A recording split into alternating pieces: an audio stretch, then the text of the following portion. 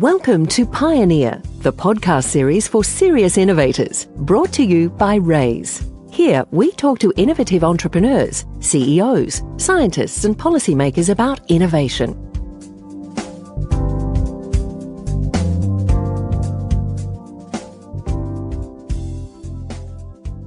It is my pleasure to introduce to you today Mr. Mike Boyd, the CEO of Contact Light. Hi, Mike. Thanks for coming along today. Pleasure, Frank. Mike, can you tell us what Contact Light does and what the particular innovation is? Yes, Frank. Look, Contact Light was born sort of out of an idea spun out of XTD, Cross-Track Digital, and essentially Contact Light is a technology company that is, I guess, its sole purpose is to leverage innovation using mobile devices in and around transit and wayfinding and navigation for people of various different walks of life. So we have products around university students, products around transit. We're looking at products for personal boating, and potentially, there's a raft of different areas that Contact Light can play in that space. So, Mike, I'm aware that there are other apps in that space. What makes Contact Light different? What is the actual innovation? So there's a couple of areas of innovation. So the wayfinding and mapping certainly is not necessarily an area where there is not a lot of competition.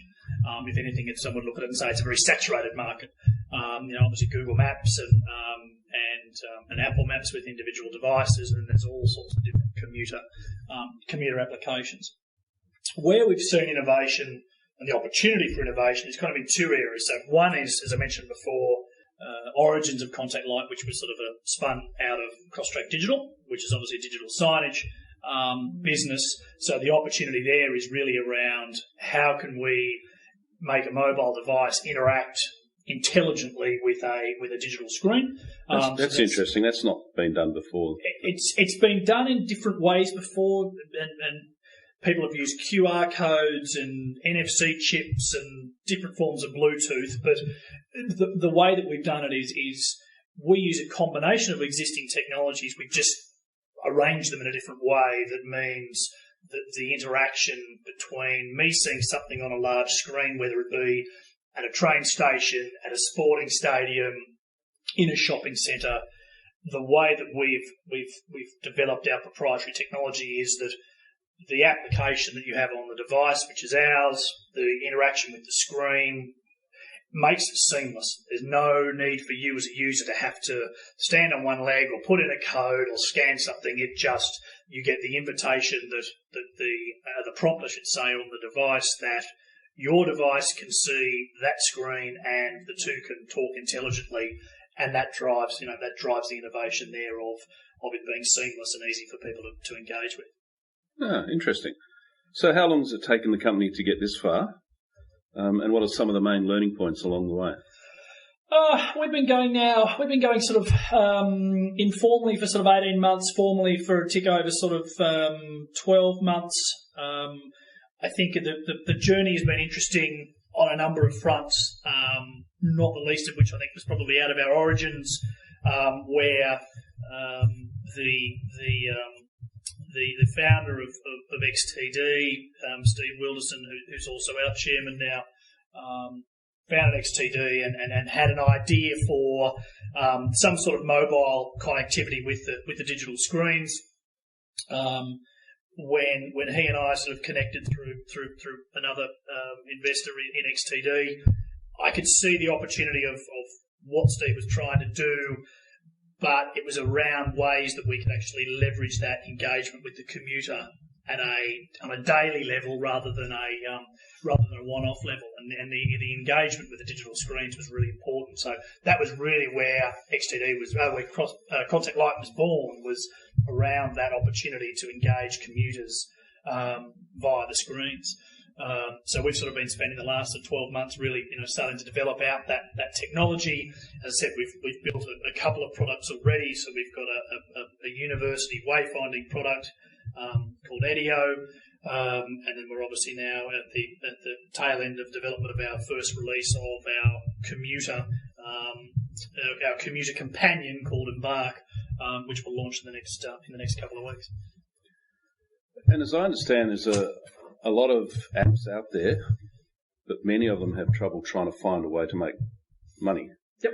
So have you guys worked through that, what your revenue stream would look like and how you're going to do that? So the way that, so you're right, I mean, it was said before, we touched on that the wayfinding and the navigation app market is I think, very crowded, not just here in Australia, certainly through North America and Europe as well. There are more sort of opportunities in Southeast Asia. But what we've seen in our research is that wayfinding applications tend to be one-dimensional. They tend to do one thing, and some of them do it very, very well, some of them do it not so well, but really their sole purpose is kind of getting you from A to B. And in some cases it might be A to B only in Sydney, but nowhere else around the country. So if I go to Melbourne on business, and I want to then get a tram from central Melbourne out to Albert Park, I've got to download, I think it's the PTV app or the Yarra Trams app, and then that becomes another app that I've got on my device. So there's an opportunity here with what we developed for Embark, where we've looked at a way to say, how do we make obviously starting in Australia, but with global aspirations, how do we make an application that, one, allows anyone in Australia, no matter where they are, so whether it's the major capital cities or Darwin or Canberra or even some regional centres, to use public transport, whatever happens to be available, to get around from A to B. And we also have a partnership with Uber and with other travel providers, whereby that if you want to get from an obscure point of Sydney to another obscure point of Sydney that isn't covered by transit, the opportunity there is you can actually just tap a button and we can order an Uber, and that can come to fulfil your journey. But the other opportunity that we saw is that, as I touched on before, a lot of these transit apps tend to be one-dimensional. What we've also done, and this comes around to our commercial side, is we've then bolted onto Embark I shouldn't say bolted on, it's more of an integral part of Embark is then actually content. So the opportunity then to fill the gap between point A and point B in your transit commute. So it might be that you get on the train near home, and you get off the train at work, and that train trip takes 35 minutes. Now, that's a 35-minute window that we've got to engage and entertain you.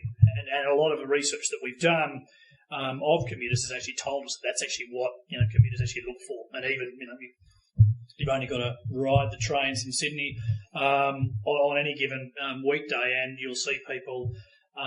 Whether they're enjoying a concert, they're enjoying the latest TV show, they're watching something from a content point of view, because they're standing there, they want to be distracted, they've got time to kill, and Embark is going to help to drive that model of actually providing great content to commuters, but also providing that utility aspect of getting someone from A to B.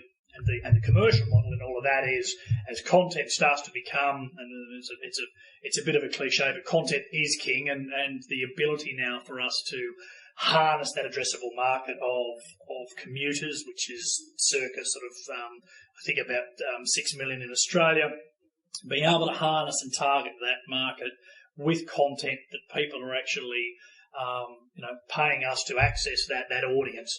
That becomes a very, very powerful vehicle for that commute that can be sometimes a couple of hours a day. So, Mike, it seems to me chicken and egg. You need a database to go to the people providing commercial content, etc., to be interested in your product or your app.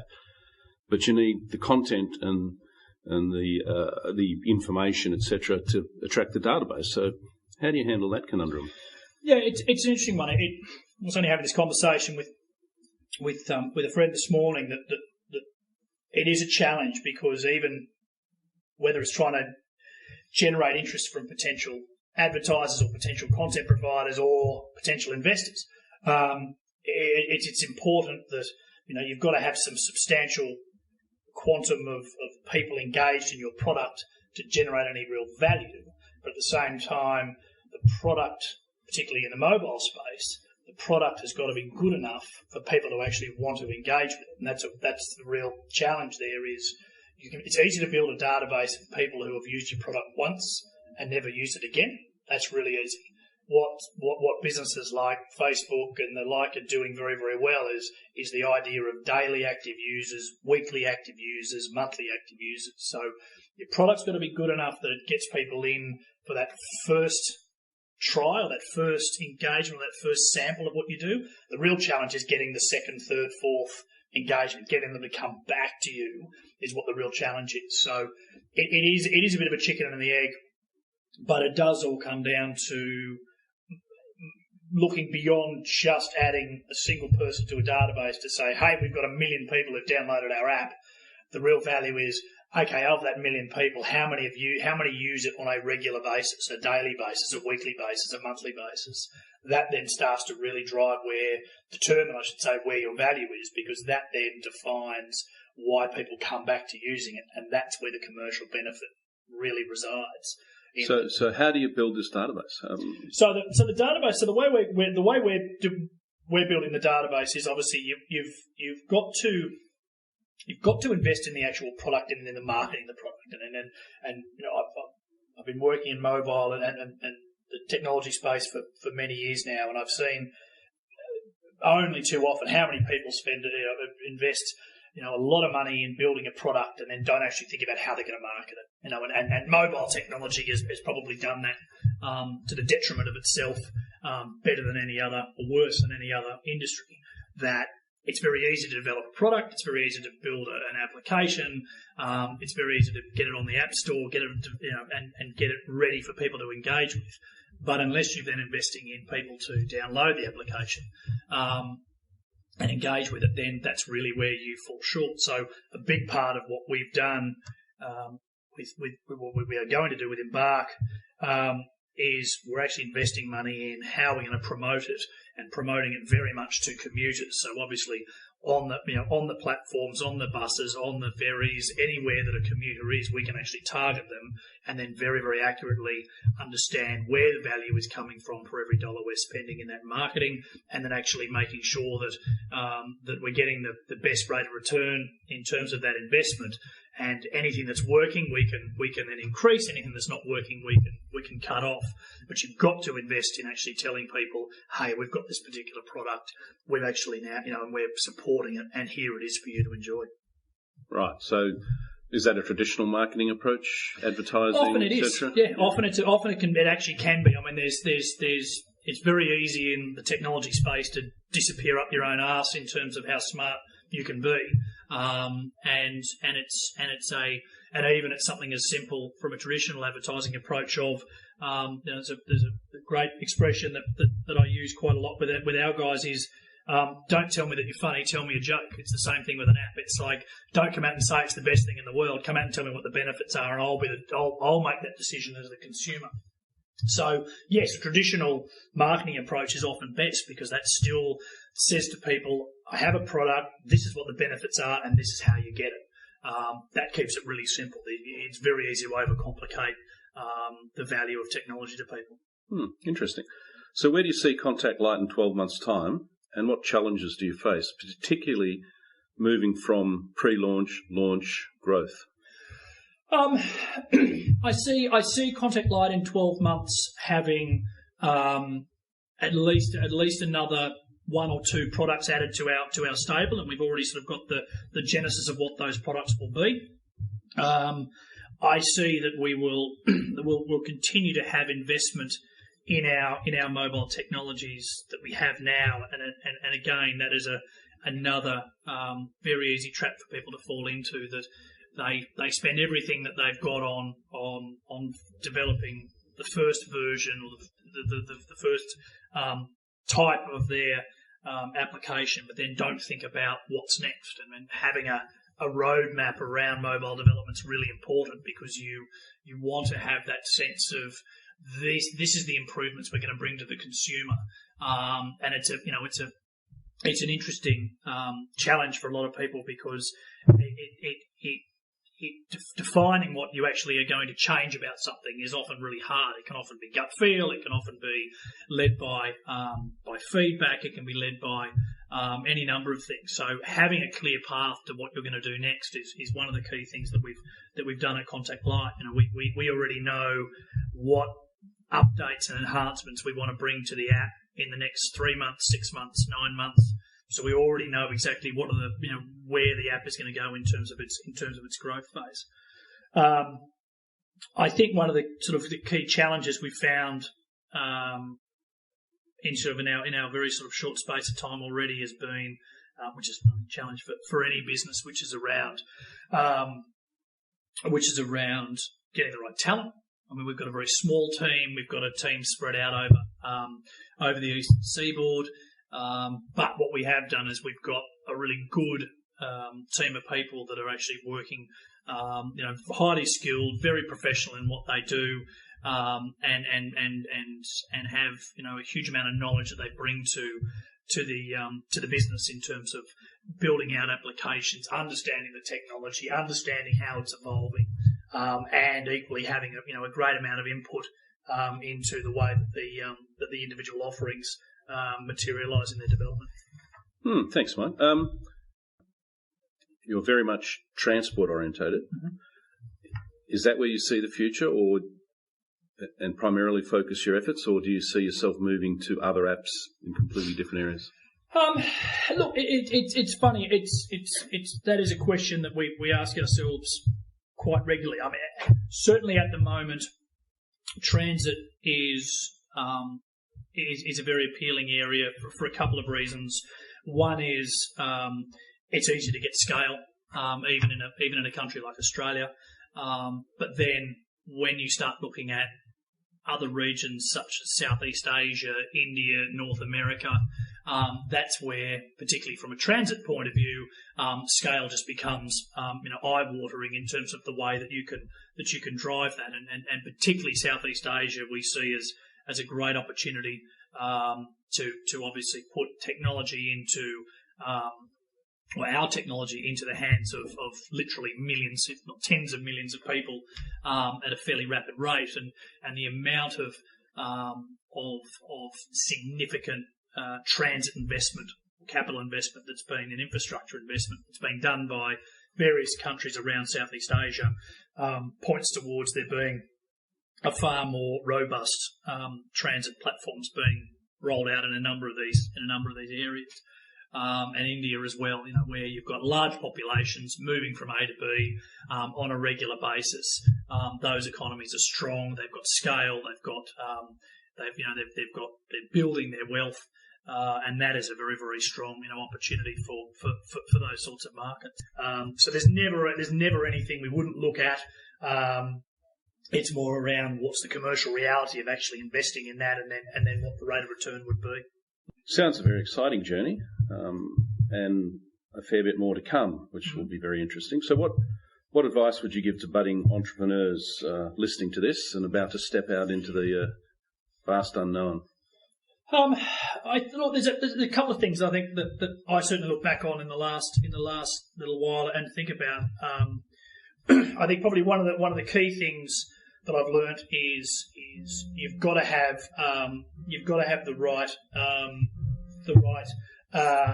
board around you. You've got to have the right advisors around you, helping you sort of from everything from whether it be around generating investment, making sure you're keeping your costs in line, making sure that you're focused on where you need to be. I think the other key thing that I think a lot of entrepreneurs probably fall into, and we have too, is it's very easy to get distracted. It's very easy to focus on things that don't matter.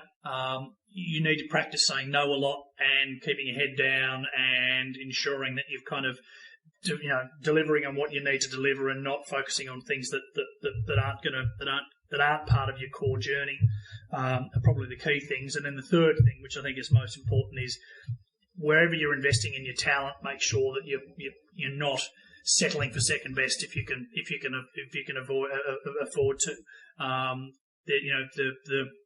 It's one thing to hire someone who's cheap and you think can work, flexible hours, and they might be offshore, or they may be all of those things. The ability to be able to sit down with a developer or with someone who's helping you bring your idea to life, and be able to sit across the table from them or on a phone call with them, wherever it happens to be, and actually talk through something and they understand it, is really important. The opportunity to offshore technological development is very attractive on the cost basis, but there's no point in offshoring something for the sake of it costing a third of what it would cost to do in Australia. If it takes 10 times as long, that mathematics doesn't work either. So they're the really key things. Keep people around you that are great, stay focused, and make sure you're investing in the right talent. Thanks, Mike. Thanks for your time today. Pleasure. Good luck with the future. I look forward to the launch. Thanks, Frank. And hopefully we can talk to you again in another year or two and see how you've travelled. Absolutely. Anytime. Thanks again. If you're interested in learning more about Embark, check it out in the App Store toward the end of May. I hope you found this podcast interesting, and I look forward to talking to you again next time. Thanks for joining us today for the Wrays Innovator Series. If you would like to know more about today's topic, please email us wrays@wrays.com.au.